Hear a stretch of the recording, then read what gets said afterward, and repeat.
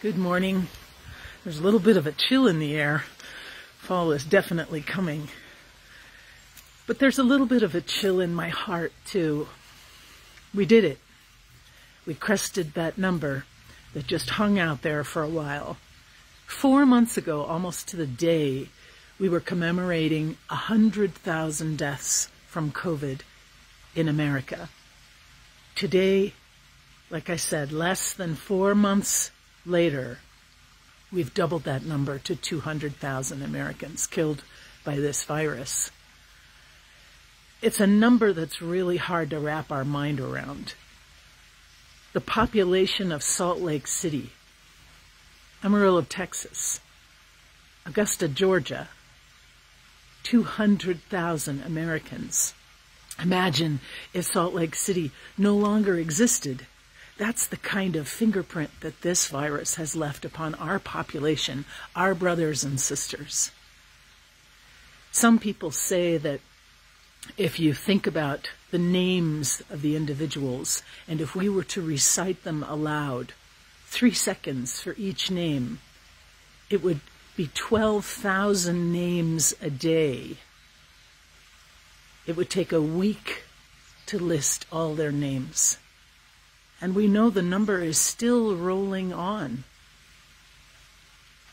The thing that breaks my heart over this are not just those who've died, who've been deprived of the reality of living and dying of natural causes, but also of the many, many, many people who have been impacted by the loss of these 200,000 people. You think about a pebble, that you drop that pebble into a pond. For each name, would those ripples ever end? Would there ever be an end to the pain and suffering of losing these people far earlier than their prime? And I think especially of those children who are orphaned. Story after story of children all over this country who've lost both their parents to this pandemic. We talked 4 months ago about how we would commemorate the 100,000.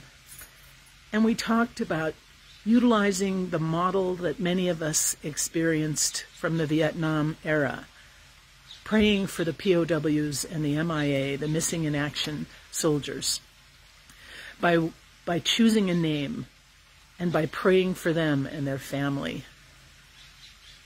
If you haven't done that yet, you might consider that. There's certainly 100,000 names more to choose from. Some people have talked about planting a tree for every lost life so that there would be a forest of healing and of commemoration marking the passing of these lives. You know, when we see it on the news or we read it in the paper or hear it online, it's almost numbing now. We almost don't pay attention to the way those numbers keep rolling through like a counter. And yet we owe these people in our country a commemoration. I'm really hit by the fact that thus far I'm a survivor of this pandemic. My life no more important than those who we've lost. I feel like it's on me to live my life better, to be more conscientious, to be more thoughtful, to be less impatient. And that's saying a lot for me.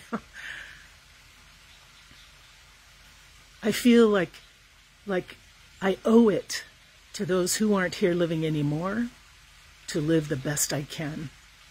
And so I encourage you to. Even though it cramps your style, our style, even though it's binding and uncomfortable, wear a mask.